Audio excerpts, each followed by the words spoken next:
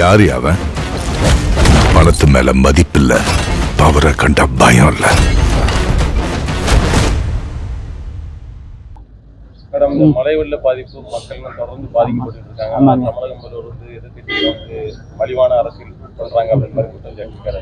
நீங்களே எல்லாம் பார்த்துருப்பீங்க. நான் விழுப்புரம் மாவட்டத்துக்கு நேரடியாக கள ஆய்வுக்கு சென்று அத்தனை இடங்களிலும் விழுப்புரம் மாவட்டம் பாதிக்கப்பட்ட எல்லா இடத்துலையும் போய் சந்திச்சுங்க.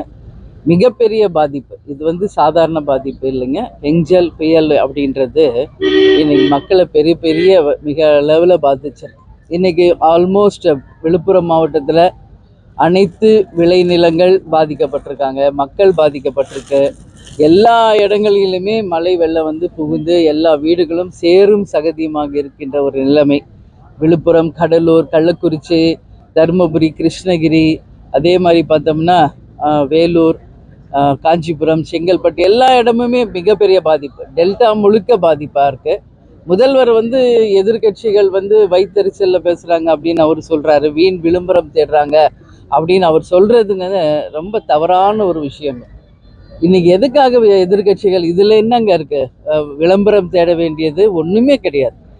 இன்னைக்கு அமைச்சர் பொன்முடி அவர்கள் போறாரு, மக்கள் வந்து சேர வாற்றி அவர் மேலே வீசுகிறாங்க. அது மட்டும் கிடையாது, இன்னைக்கு அவங்க இருக்கின்ற திமுக பேனர்கள் எல்லாம் கிழிக்கப்படுகிறது. ஒட்டுமொத்த மக்கள் வந்து ரோட்ல உட்காந்து மறியல் பண்ணிக்கிட்டு இருக்காங்க. இந்த அளவுல தான் இந்த ஆட்சி நடந்துகிட்டு இருக்கு. அப்போ இதை பார்த்து தான் எதிர்கட்சிகள் வைத்தறிச்சல் படணுமான்ற கேள்வியை நான் முதல்வருக்கு நான் கேட்குறேன். எதிர்கட்சிகள் என்பவர்கள் இன்னைக்கு மக்களுக்கு நடக்கின்ற அவலங்களை சுட்டி காட்டுறதா ஒரு எதிர்கட்சி. அதை ஏற்றுக்கொண்டு அதை எப்படி உடனடியாக சரி செய்யணும்னு நினைச்சு அதை செய்தாருன்னா உண்மையிலேயே இந்த ஆட்சியையும் முதல்வரையும் வரவேற்கலாம். அதை விட்டுட்டு இந்த ஆட்சியை வந்து பாலாரும் தேனாரும் ஓடுது அப்படின்னு புகழணும் அப்படின்னு எதிர்பார்த்தா எப்படி அது முடியும்?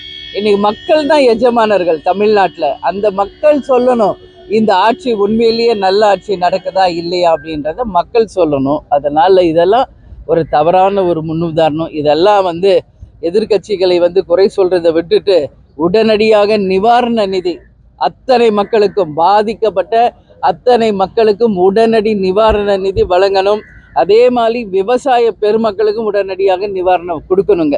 நான் நேரடியாக போய் பார்த்தேன். கரண்ட் கிடையாது, தண்ணி கிடையாது, சாப்பாடு கிடையாதுங்க, உடுத்த உடை இல்லை, வீடு இல்லை. இன்னைக்கு தமிழ்நாட்டிலேயே நம்ம மக்கள் இன்னைக்கு அகதிகளாக வாழ்ந்துகிட்டு இருக்கிற நிலைமையை நான் பார்த்தேன். அதனால நான் என்ன சொல்கிறேன், தேமுதிக சார்பாக நாங்கள் நேரடியாக போய் எல்லாம் எங்களால் முடிஞ்சது செஞ்சுருக்கோம். மறுபடியும் இன்னொரு வாட்டியும் நாங்கள் எங்கெல்லாம் பாதிக்கப்பட்டிருக்கோம் அந்த இடங்களுக்கு செல்ல இருக்கிறோம். எல்லாரும், அனைத்து கட்சி சமூக ஆர்வலர்கள் எல்லார்கிட்டையும் நான் கேட்டுக்கிறது, உங்களால் முடிஞ்ச உதவியை போய் மக்களுக்கு செய்யுங்க. அதில் தவறு ஒன்றும் இல்லை. ஏன்னா இயற்கை சீற்றம் என்பது யாராலையும் தடுக்க முடியாது. இது வந்து இவங்க முன்கூட்டியே அதை வந்து சரியாக பிளான் பண்ணி அந்த கரைகளை எல்லாம் ஸ்ட்ராங் பண்ணி நல்ல தொலைநோக்கு பார்வையோட திட்டங்களை தீட்டியிருந்தால் இந்த மாதிரி எல்லாம் வந்திருக்காது. எல்லாத்தையும் கோட்டை விட்டுட்டாங்க. இன்னைக்கு மக்கள் பெரும் எண்ணம் இருக்காங்க. இதுல இருந்து அவங்க சீக்கிரம் மீண்டு வரணும்னு சொல்லி நான் கேட்டுக்கிறேன். 2000 ரூபாய் காணுமா மேடம்? ரேஷன் கார்டுக்கு 2000 ரூபாய் இல்லை, 2000 எல்லாம் ஒண்ணுமே இல்லைங்க. ஏன்னா அவங்க எல்லாம் கஷ்டப்பட்டு கொஞ்சம் கொஞ்சமா சிறுக சிறுக சேமித்த அத்தனை பொருட்களும் இன்னைக்கு இழந்திருக்காங்க. அவங்க உயிரை தவிர மீதி அத்தனையும் இழந்து நிர்கதியா நிற்கிறாங்க இன்னைக்கு மக்கள். இதுதான் உண்மை. வெறும் ஓட்டுக்கு காசு கொடுத்து 2000 1000 கொடுத்து ஜெயிச்ச மாதிரி மறுபடியும் 2000 கொடுக்குறோம் அப்படின்னா அது ஒரு நாளைக்கு காணாது. அதனால இன்னைக்கு நம்ம பக்கத்து ஸ்டேட் பாண்டிச்சேரி அவங்களே ஒரு ரேஷன் கார்டுக்கு 5000 ரூபான்னு உடனே அறிவிச்சார் அந்த முதலமைச்சர். நம்ம நாடு பெரிய தமிழ்நாடு அவங்களோட பாண்டிச்சேரியோட. அதனால நிச்சயமாக ஒரு ரேஷன் கார்டுக்கு 10,000 ரூபாய் முதலமைச்சர் அவர்கள் உடனடியாக பாதிக்கப்பட்ட மக்களுக்கு தரணும்.